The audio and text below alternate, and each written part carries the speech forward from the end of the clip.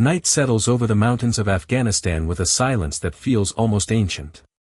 From above, the land appears endless.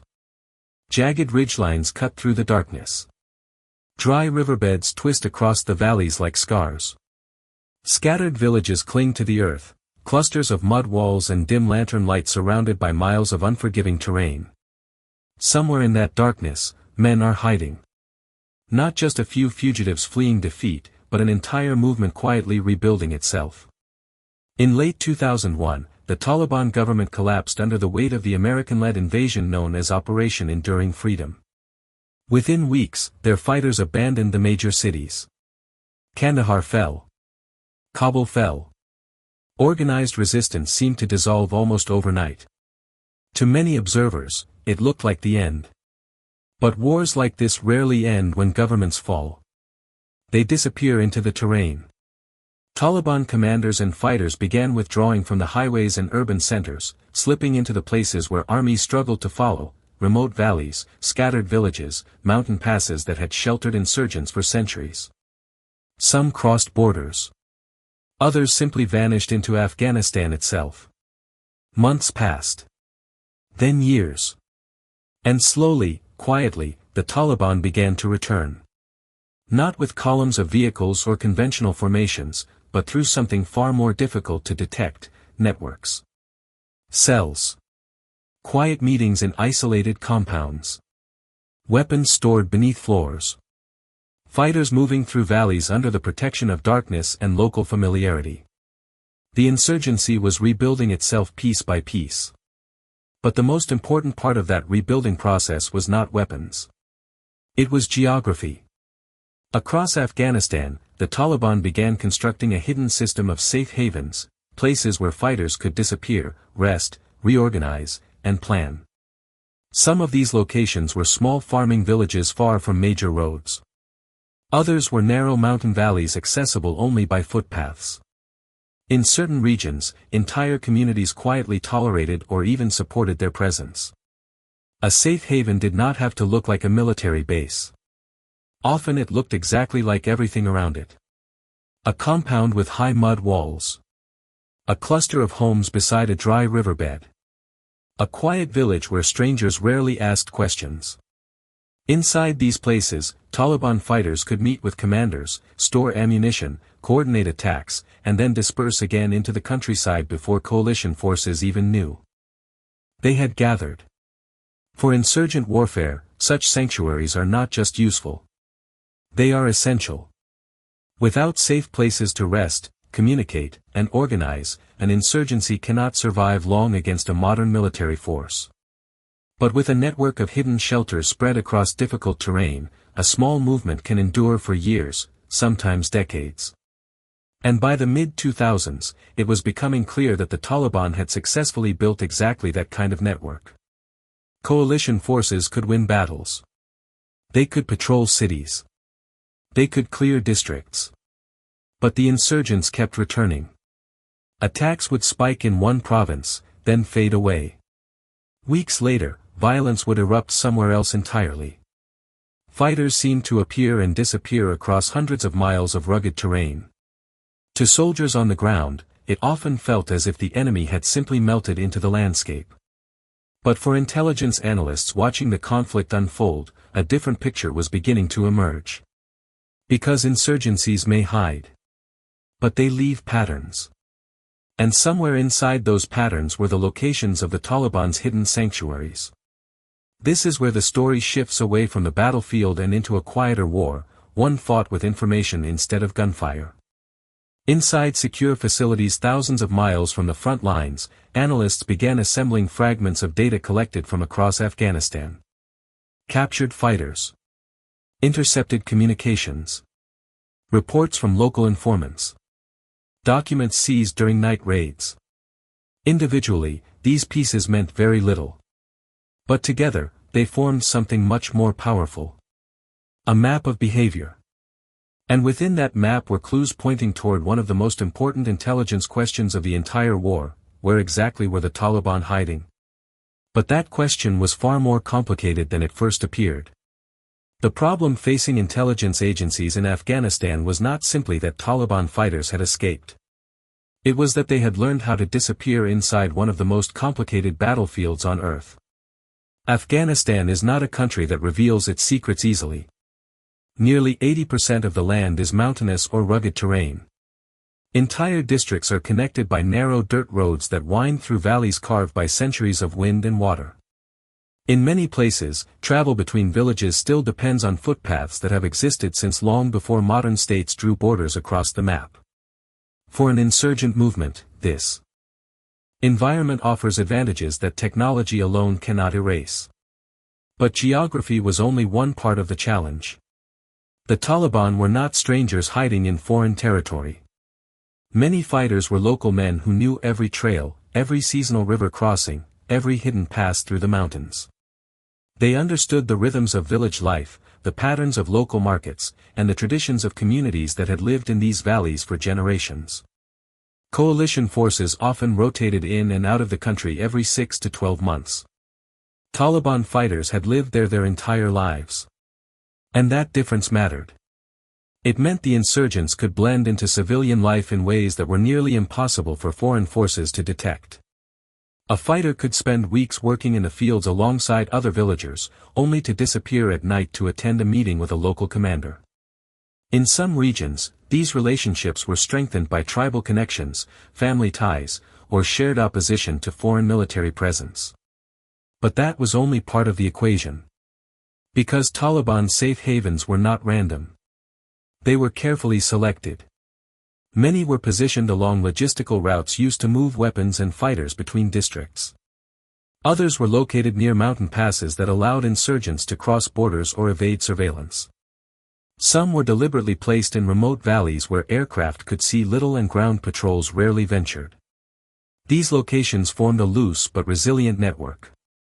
A fighter wounded in one province could recover in another. Commanders could travel between districts using routes known only to local guides. Weapons could be hidden in small caches scattered across wide areas of terrain. And if one safe haven was compromised, the fighters could simply move to another. From a military perspective, this created an enormous challenge. Modern armies are designed to defeat visible enemies, formations that can be targeted, tracked, and engaged with overwhelming force. Insurgencies operate differently. They fragment. They disperse. They avoid decisive battles and instead rely on mobility and concealment. The Taliban had learned these lessons well. But somewhere inside their movements, patterns still existed. And those patterns were exactly what intelligence analysts were searching for. Within the Central Intelligence Agency and other intelligence organizations supporting coalition operations, teams began assembling enormous databases of information gathered from the battlefield. Every captured document. Every interrogation report. Every intercepted radio transmission. Every observation from reconnaissance units.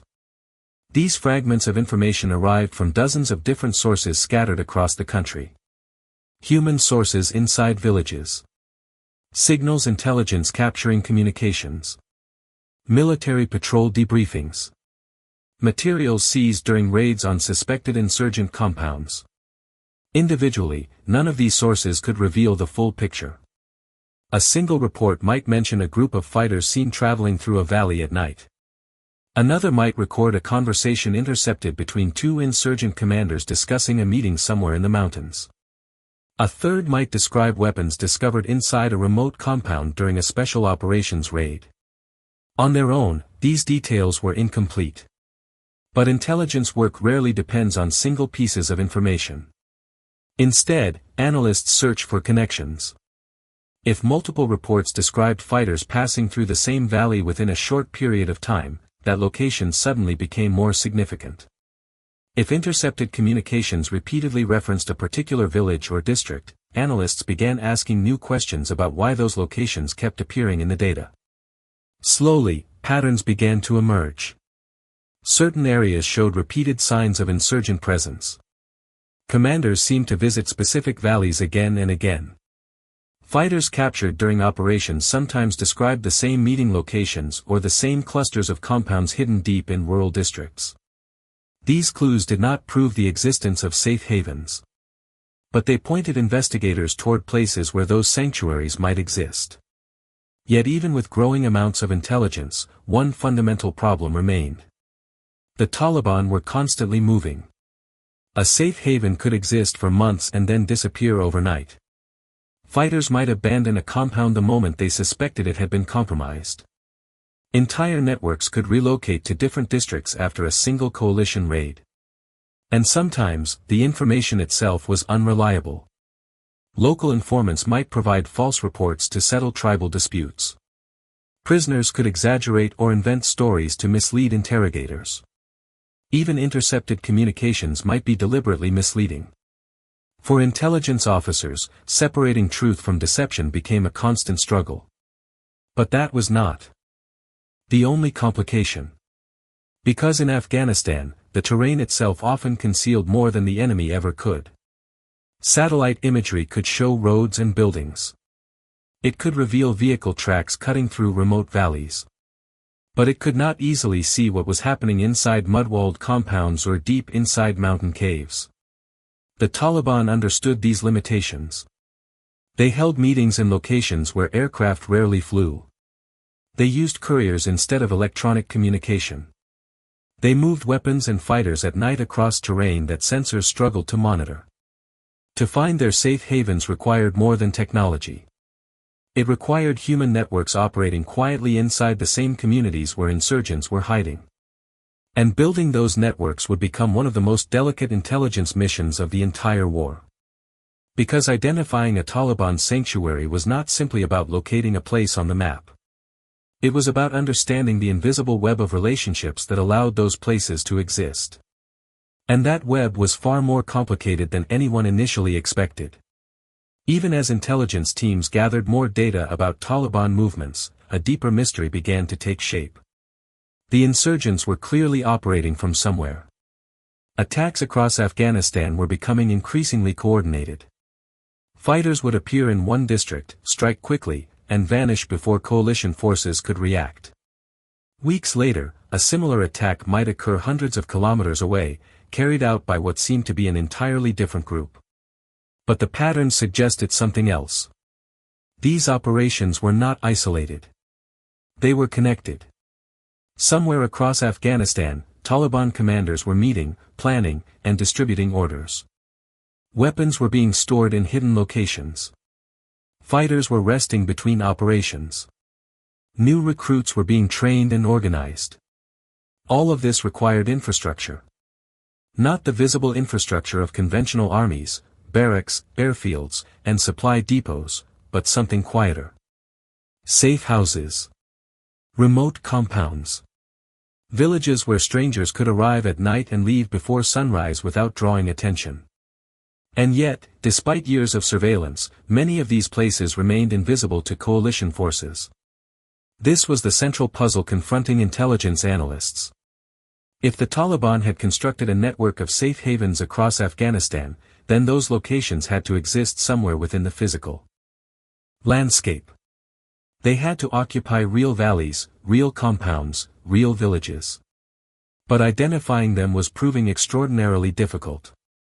Part of the challenge lay in the nature of the insurgency itself. Unlike a traditional military force, the Taliban rarely concentrated large numbers of fighters in a single location for long periods of time. Gathering too many men in one place risked detection by aircraft, reconnaissance patrols, or local informants. Instead, the insurgency operated through smaller, flexible cells. Groups of fighters might gather briefly for a meeting or a planning session and then disperse back into surrounding communities. Weapons could be hidden beneath floors or buried in fields until they were needed again. A compound that hosted insurgent commanders one night might appear completely ordinary the next morning. But that was not the only reason the safe havens were so difficult to identify. Because in many cases, they were protected not just by geography, but by silence. In remote districts across Afghanistan, local communities often maintained complicated relationships with insurgent groups. Some villagers supported the Taliban for ideological reasons. Others cooperated out of fear. Still others simply wanted to avoid conflict with whichever armed group happened to control the area at the moment. In these environments, outsiders rarely received reliable information. Strangers asking questions could easily be identified. Rumors traveled quickly. And anyone suspected of cooperating with foreign forces could face severe consequences. For intelligence agencies trying to map insurgent networks, this created a dangerous gap. Technology could monitor roads and intercept communications. But it could not easily penetrate the human landscape of Afghan rural society. That landscape was shaped by tribal loyalties, family connections, and local power structures that outsiders often struggled to understand. And this is where the mystery deepened. Because occasionally, fragments of intelligence would appear that seemed to reveal pieces of the hidden network. A captured fighter might describe a meeting held in a remote valley. An intercepted message might reference a gathering of commanders somewhere in the mountains. Documents seized during raids might contain lists of locations or travel routes used by insurgent couriers. Each fragment pointed toward the existence of a hidden infrastructure. But rarely did any single piece of information provide a precise location. Instead, the clues were scattered. A valley mentioned in one interrogation report. A village referenced in a separate intercepted communication. A weapons cache discovered during a patrol several kilometers away. Individually, none of these discoveries confirmed the presence of a safe haven. But collectively, they suggested something important. The Taliban were not simply hiding randomly across the countryside. They were using specific locations repeatedly. Places where commanders felt secure. Places where fighters could gather without attracting attention. Places that functioned as quiet centers of coordination within the broader insurgency. But there was still a problem. Even when analysts suspected a particular area might be hosting Taliban activity, confirming that suspicion was incredibly difficult. Launching a military operation into the wrong village could create political backlash, damage relationships with local communities, and push civilians toward supporting the insurgency. At the same time, ignoring a potential safe haven allowed insurgent leaders to continue organizing attacks. Every decision carried consequences. And the Taliban were fully aware of this dilemma. They frequently changed locations. Meetings were often held in different compounds each time. Messages were carried by trusted couriers rather than transmitted electronically. Entire groups of fighters could relocate overnight if they suspected coalition forces were closing in. The insurgents understood that survival depended on staying one step ahead of the intelligence systems searching for them. But slowly, through patience and persistence, analysts began noticing something else. Even the most cautious networks cannot operate entirely without structure. Commanders still need places where they can meet trusted lieutenants. Logistics networks still require routes for moving supplies. Fighters still need locations where they can rest, train, and receive orders. In other words, even a hidden insurgency leaves behind faint organizational footprints. And somewhere within those footprints were the keys to solving the mystery. But uncovering those keys would require a method far more sophisticated than simply collecting information. It would require learning how to read the invisible architecture of an insurgent network. By the middle years of the war, intelligence analysts began approaching the problem differently. Instead of trying to find individual fighters, they focused on something far more revealing. Behavior. Every insurgent movement, no matter how careful, generates patterns over time. Fighters travel along familiar routes. Couriers pass messages between the same locations. Commanders repeatedly return to places they trust. When these patterns are observed long enough, they begin to form a kind of invisible map. Inside intelligence facilities, analysts started building that map piece by piece. Reports arrived from dozens of different sources scattered across Afghanistan. A patrol in Helmand might record suspicious movement near a remote irrigation canal. A special operations team in Khost could seize documents from a compound containing names and travel notes. A captured insurgent in Kandahar might mention a meeting in a valley that appeared insignificant on most maps. Individually, these reports looked unrelated. But intelligence work often depends on connecting fragments that seem meaningless at first. Analysts began feeding information into large databases designed to track insurgent activity. Every location mentioned in a report was logged. Every captured name was cross-referenced with earlier intelligence. Every intercepted communication was analyzed for geographic clues. Slowly, certain locations started appearing again and again. The same districts surfaced repeatedly in interrogation reports. The same villages appeared in different intercepted messages. Certain mountain valleys showed unusual patterns of night movement detected by reconnaissance aircraft. At first, these connections were subtle. But over time, they grew stronger. And this is where the doctrine behind counterinsurgency intelligence began to reveal itself. Rather than searching for a single headquarters or command center, analysts looked for clusters of activity. If multiple streams of intelligence pointed toward the same region, that region became a candidate for deeper investigation. This method depended on a principle often used in intelligence analysis. No single source is trusted completely. But when several independent sources describe the same pattern, the likelihood of accuracy increases dramatically. A prisoner might mention a meeting location. Weeks later, signals intelligence could intercept a message referencing a gathering in the same area. Then a reconnaissance patrol might observe unfamiliar vehicles traveling toward that valley at night. Each individual piece might still be uncertain. But together, they began forming a clearer picture. Certain districts were functioning as operational hubs. These hubs were not always obvious. Sometimes they were quiet agricultural regions far from major roads. Other times they were narrow valleys hidden between steep mountain ridges. In some provinces, the suspected safe havens were simply clusters of compounds located in areas where local communities were unlikely to cooperate with coalition forces. From the air, nothing appeared unusual. But the data told a different story. And this is where intelligence work moved beyond simple observation. Analysts began using a technique often described as pattern-of-life analysis. Instead of focusing only on insurgents themselves, they studied how life unfolded in specific areas over time. When did vehicles arrive? When did people move between compounds?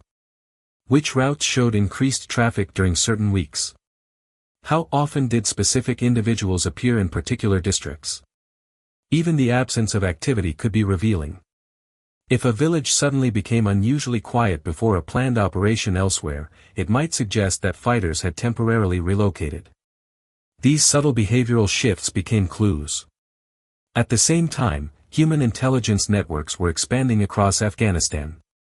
Local informants, sometimes motivated by money, sometimes by political loyalties, and sometimes by rivalry with insurgent groups, began providing reports about suspicious gatherings or unfamiliar fighters visiting rural compounds. These reports were rarely perfect. Some were inaccurate. Others were influenced by local disputes. But when these human reports aligned with signals intelligence and battlefield observations, the information gained credibility. Gradually, a new layer of understanding began to emerge. Taliban safe havens were rarely isolated. They often existed within broader zones of influence. A commander might use several nearby villages for meetings, safe houses, and weapons storage. Fighters could move between these locations quickly, making it difficult for outside observers to pinpoint a single headquarters. But when analysts mapped the entire region instead of individual buildings, the network became more visible. Certain valleys functioned as corridors where insurgents moved between provinces. Certain districts repeatedly hosted gatherings of mid-level commanders. Some areas served as temporary rest points where fighters could disappear after launching attacks.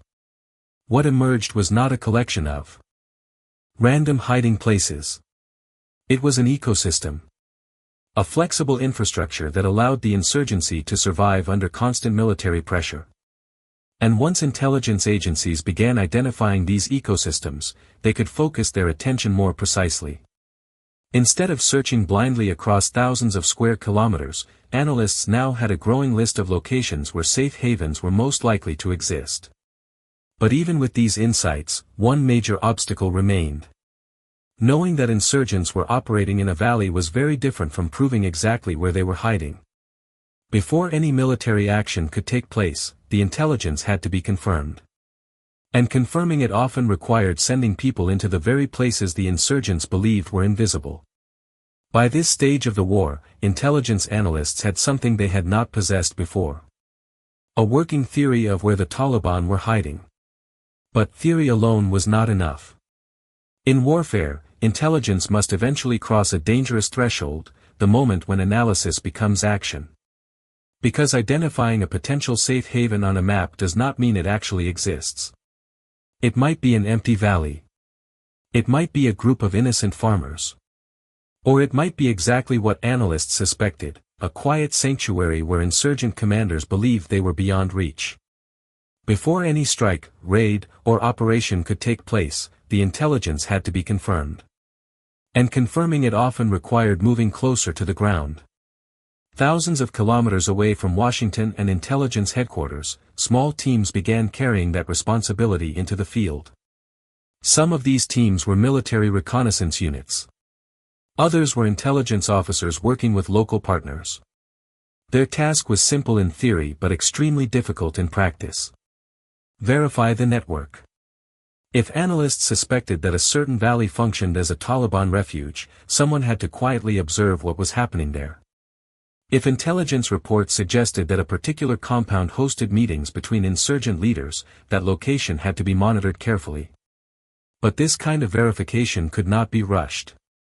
Taliban safe havens often looked identical to ordinary Afghan villages.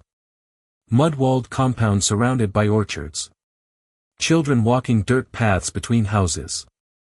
Farmers tending fields under the same harsh sun that had defined Afghan agriculture for centuries. Nothing about these places automatically revealed their role in an insurgent network. Yet subtle clues could appear to trained observers. Unusual visitors arriving late at night.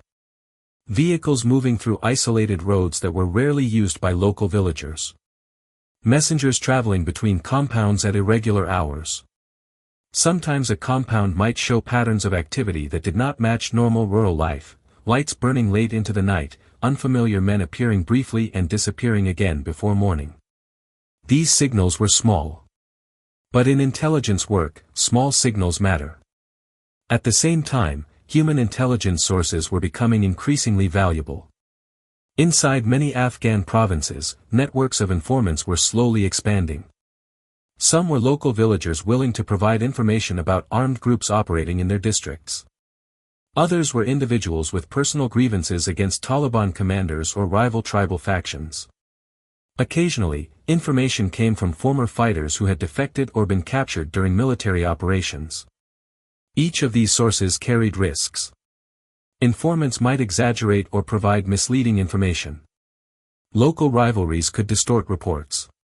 And the Taliban actively tried to detect and eliminate anyone suspected of cooperating with coalition forces. Still, when multiple sources began describing the same location, intelligence officers paid attention. A remote village might appear in several independent reports. A specific compound could be mentioned during an interrogation and later referenced by a separate human source.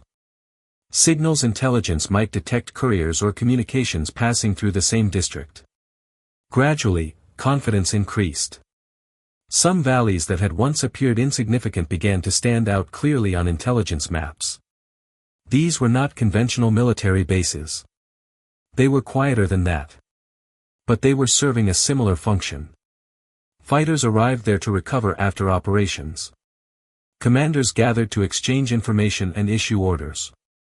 Weapons were stored in hidden caches beneath floors or buried in nearby terrain. Couriers passed messages between networks operating in different provinces.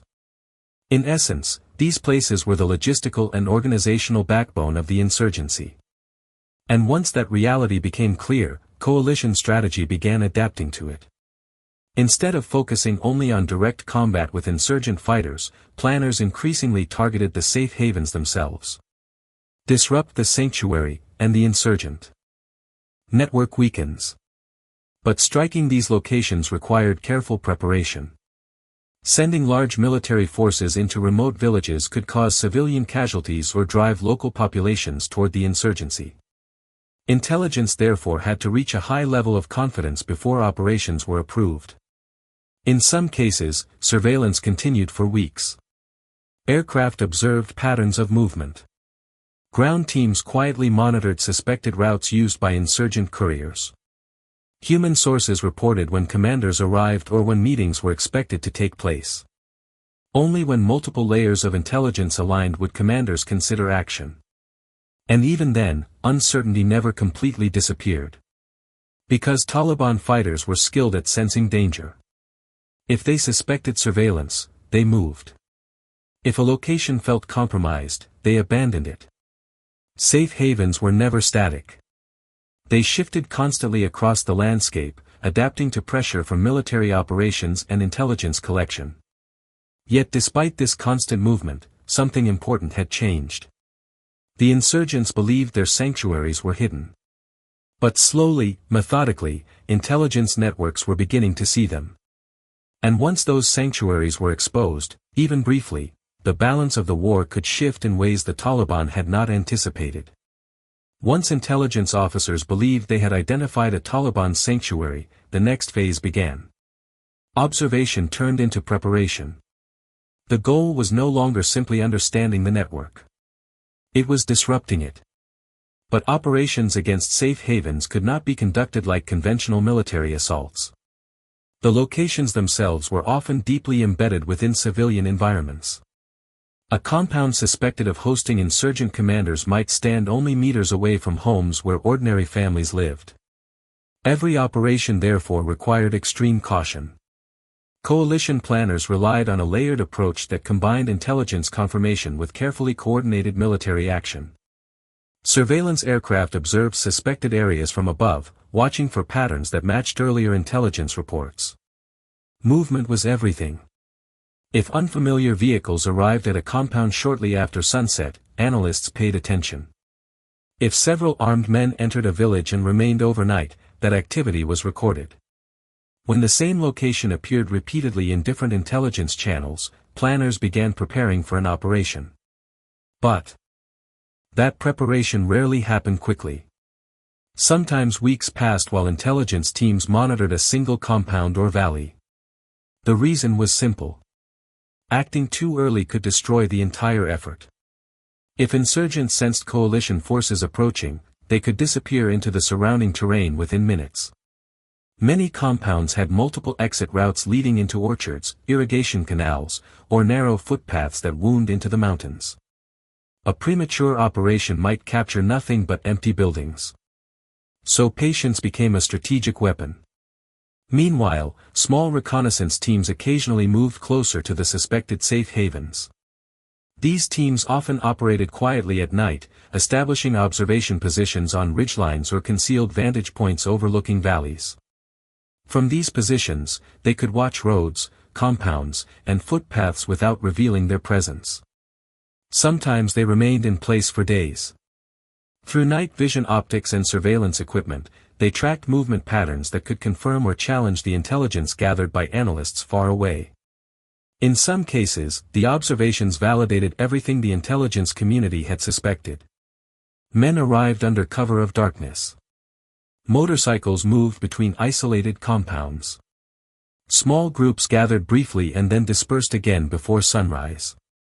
Such patterns suggested coordination, meetings, planning sessions, logistical exchanges. In other cases, the evidence was less clear. A suspected safe haven might appear quiet for days at a time. Villagers moved normally between fields and homes. No obvious insurgent activity appeared at all. But experienced analysts understood something important. Safe havens did not always operate continuously. Sometimes they were activated only when needed. A valley might remain calm for weeks and then suddenly host a gathering of commanders preparing for an upcoming operation somewhere else in the country. And that uncertainty made timing critical. Once intelligence reached a level of confidence, coalition forces began preparing targeted missions. Special operations units often played a central role in these efforts. Their ability to move quickly, operate in small teams, and conduct nighttime raids made them particularly suited for operations against insurgent safe houses. The objective was usually precise. Capture a commander. Seize documents. Confirm the existence of a meeting location.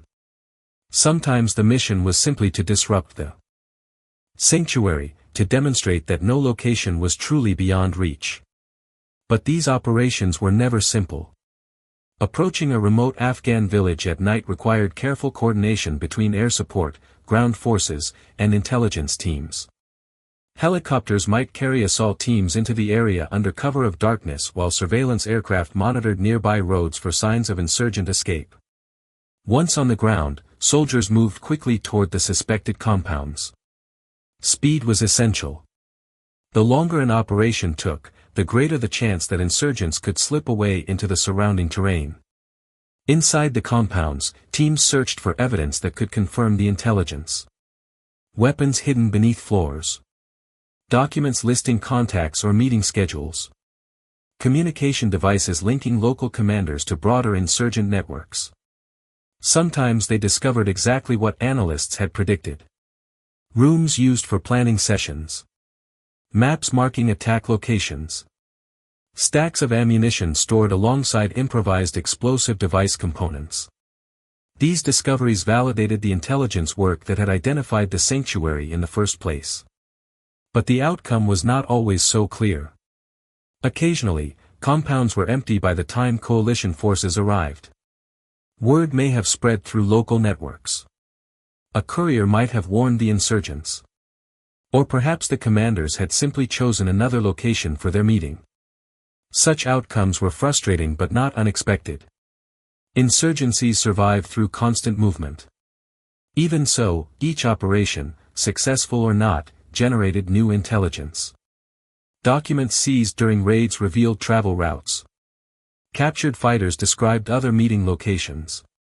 Communication devices exposed connections between insurgent leaders operating in different provinces.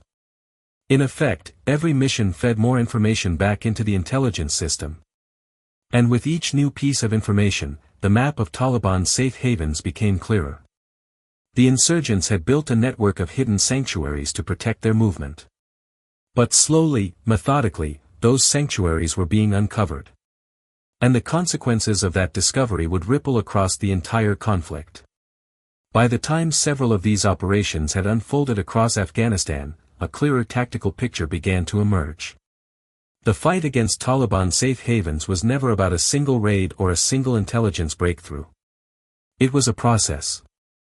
A cycle that repeated again and again across the battlefield.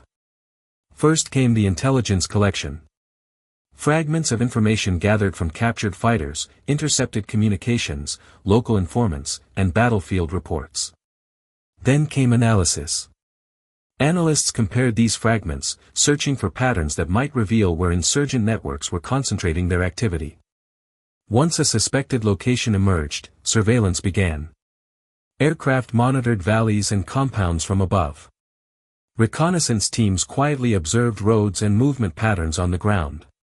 Human sources reported unusual gatherings or unfamiliar fighters entering certain villages. When these layers of intelligence aligned, the final phase began. Action. But the true significance of these operations was not simply the raid itself. It was the information each mission generated afterward. Inside a captured compound, even the smallest discovery could reshape the understanding of the insurgent network. A notebook might contain a list of names. A mobile phone might store contact numbers linked to commanders in another province. A map sketched on a piece of paper could reveal travel routes used by couriers moving between safe havens. Each of these discoveries fed directly back into the intelligence system. And that system was constantly learning.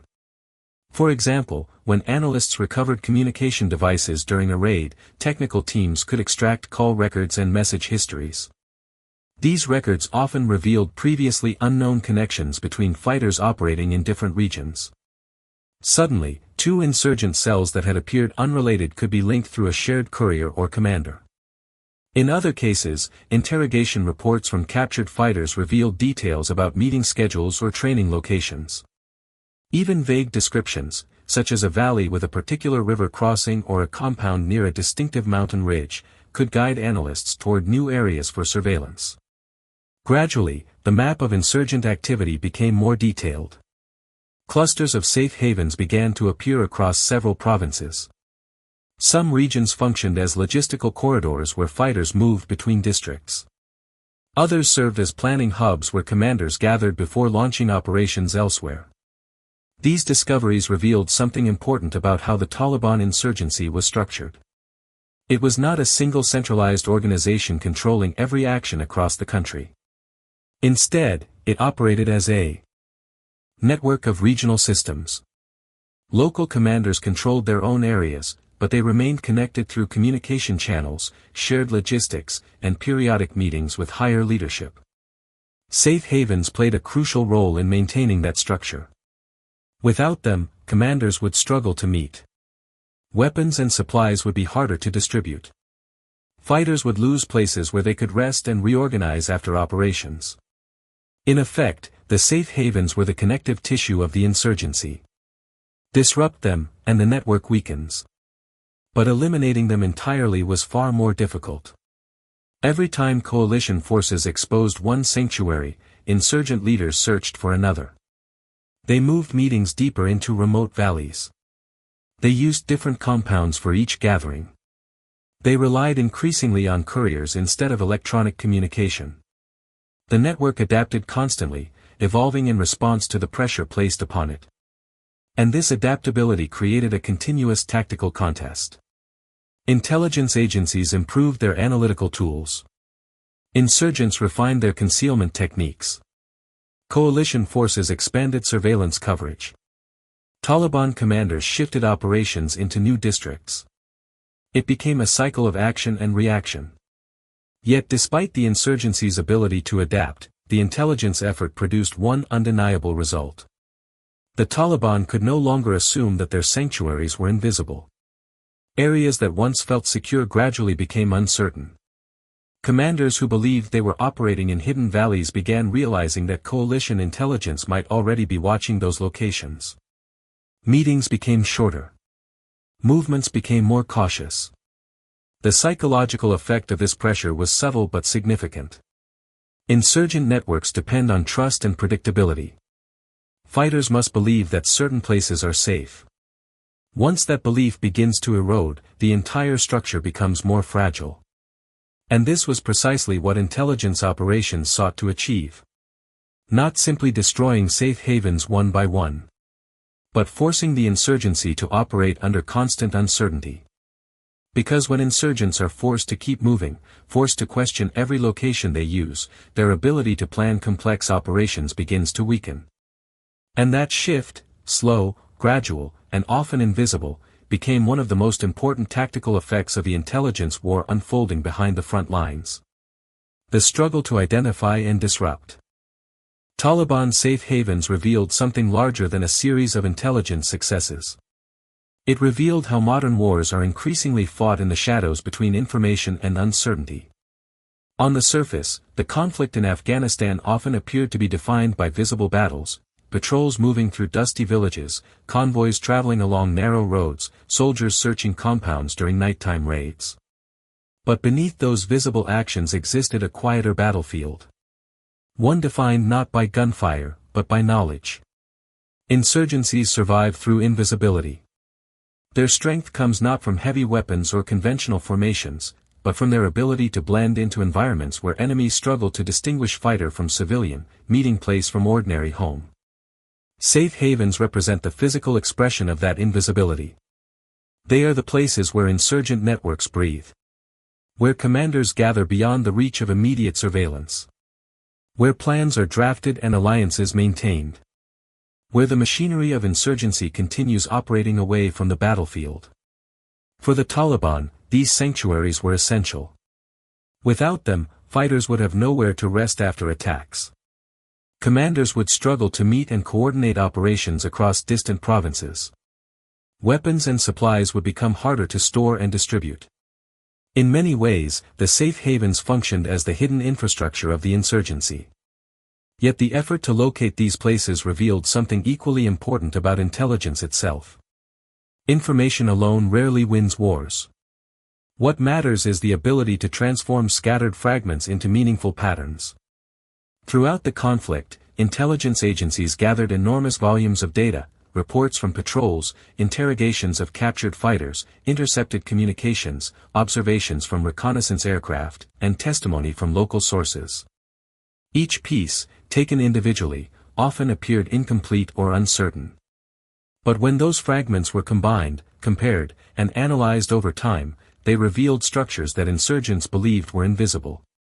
Valleys where commanders met repeatedly. Districts where fighters returned after operations. Compounds that hosted gatherings of insurgent leadership under the cover of rural anonymity. These discoveries did not eliminate the insurgency. But they reshaped how the war was fought. Instead of chasing individual fighters across a vast and difficult landscape, coalition strategy increasingly focused on the networks that sustained those fighters. Break the meeting places. Disrupt the logistical routes. Force commanders to abandon the locations they trust. In doing so, intelligence operations sought to introduce a powerful form of pressure. Uncertainty. When insurgent leaders begin to doubt the security of their sanctuaries, their decision-making changes. Meetings become shorter. Movements become more cautious. Communication slows as networks attempt to avoid detection. This hesitation can ripple across an entire organization. Orders take longer to travel. Operations become harder to coordinate. Local commanders operate with less guidance from higher leadership. The network begins to fragment. Yet the Afghan conflict also demonstrated the limits of intelligence power. Safe havens can be disrupted. They can be exposed. But they can also move. The same terrain that allowed intelligence teams to hide reconnaissance units on distant ridgelines also allowed insurgent fighters to disappear into valleys that few outsiders had ever explored. The same villages that sometimes provided information to coalition forces could also offer protection to insurgent groups through silence or loyalty. In such an environment, the search for safe havens was never truly finished. Every discovered sanctuary was replaced by another. Every disrupted network adapted and reorganized somewhere else across the country.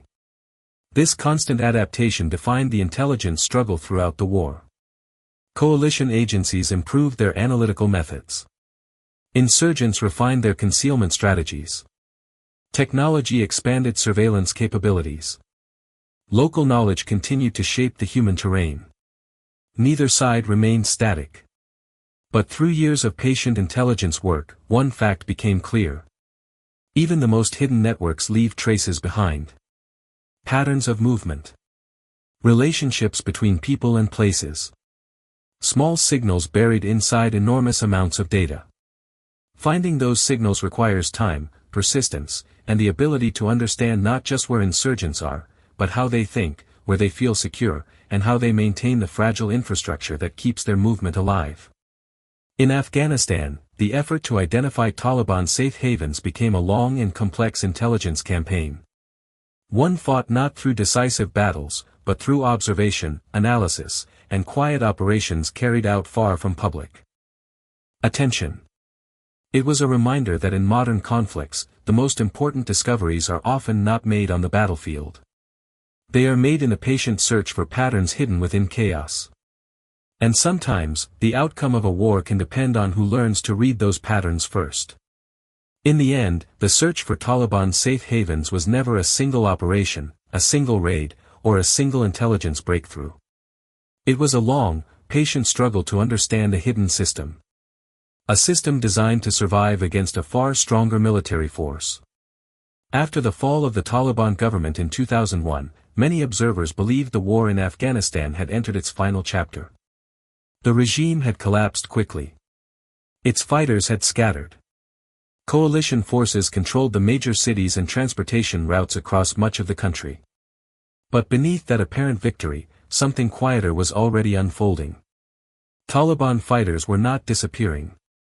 They were dispersing.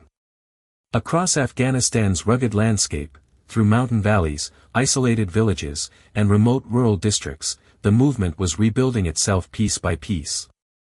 Commanders established quiet meeting places. Couriers carried messages along ancient footpaths. Weapons were hidden beneath floors or buried in fields where they could be recovered months later. And at the center of this rebuilding process were the safe havens. These sanctuaries did not appear on official maps. They were often indistinguishable from the ordinary communities that surrounded them. A compound that hosted insurgent commanders one night might look like any other farmhouse the next morning. Yet inside those walls, decisions were made that shaped the course of the war. Plans for attacks. Distribution of weapons. Coordination between commanders operating in distant provinces. Without these places, the insurgency would have struggled to survive. But the Taliban understood something else as well. Their survival depended on remaining unseen. The less coalition forces understood about their meeting places, their travel routes, and their logistical networks, the longer the insurgency could endure. And for several years, that invisibility worked. Insurgent fighters moved through Afghanistan's vast terrain with relative freedom. They gathered in remote valleys where aircraft rarely flew. They communicated through couriers and trusted intermediaries instead of electronic signals. To many coalition soldiers on the ground, the enemy seemed to vanish after every attack. But invisibility is rarely perfect. Every network, no matter how careful, leaves traces. Fighters move between districts. Commanders travel to meet their lieutenants. Messages pass through human couriers. These actions generate patterns. At first those patterns are faint, small signals scattered across a massive and complex landscape. But when intelligence agencies collect enough fragments of information, those signals begin to connect. This realization transformed the intelligence war in Afghanistan. Analysts stopped searching for a single hidden headquarters. Instead, they looked for networks. Clusters of villages where insurgent movement appeared repeatedly. Valleys where multiple intelligence sources described unusual gatherings. Compounds that surfaced again and again in interrogation reports, intercepted communications, and battlefield observations. Slowly, the invisible infrastructure of the insurgency began to emerge. Not as a single centralized command center, but as a web of safe havens stretching across the country. Some were temporary meeting places used for only a few days. Others functioned as logistical hubs where weapons and supplies were stored. Still others served as quiet resting points where fighters could disappear between operations. Each location played a role in sustaining the broader insurgent network. And once intelligence teams began identifying these sanctuaries, the balance of the conflict shifted in subtle ways. Coalition forces no longer searched blindly across thousands of kilometers of terrain. They focused on the nodes that connected the insurgency together. Special operations teams launched targeted raids against compounds believed to host insurgent commanders. Surveillance aircraft monitored valleys where meetings were suspected to occur. Intelligence officers expanded human networks within communities where fighters were known to pass through. Every operation generated new information. Captured documents revealed additional travel routes. Communication devices exposed connections between insurgent leaders. Interrogations pointed analysts toward other safe havens hidden in neighboring districts. The intelligence map grew more detailed with each discovery. But the Taliban adapted as well. When one sanctuary was exposed, they moved to another. Meetings shifted deeper into remote terrain. Couriers replaced electronic communication. Commanders shortened gatherings and changed locations. Frequently to reduce the risk of detection.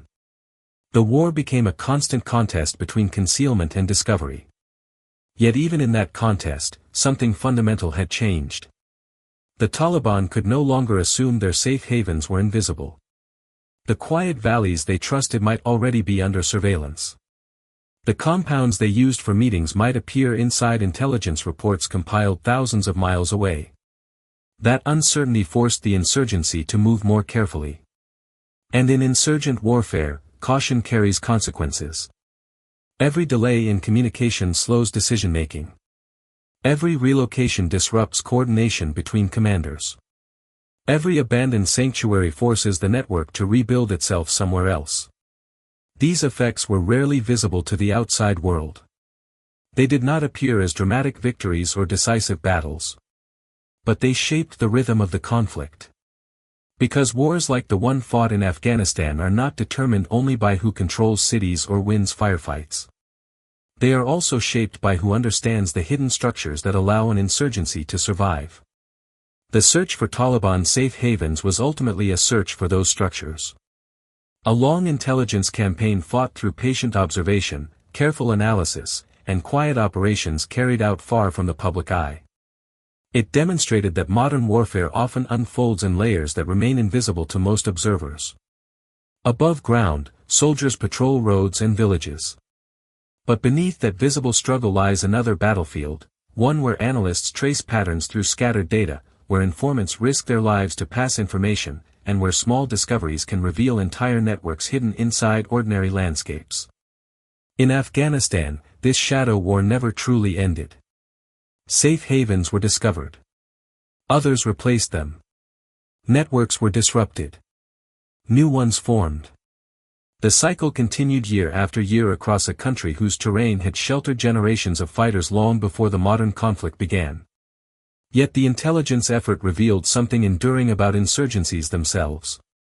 They depend on secrecy. On hidden meeting places. On quiet sanctuaries where leaders believe they cannot be seen. And the moment those sanctuaries begin to appear inside the maps of intelligence analysts, the insurgency loses something it cannot easily replace. The illusion of invisibility. And once that illusion fades, the war enters a very different phase, one where every valley, every compound, and every quiet village might already be part of a much larger picture waiting to be understood.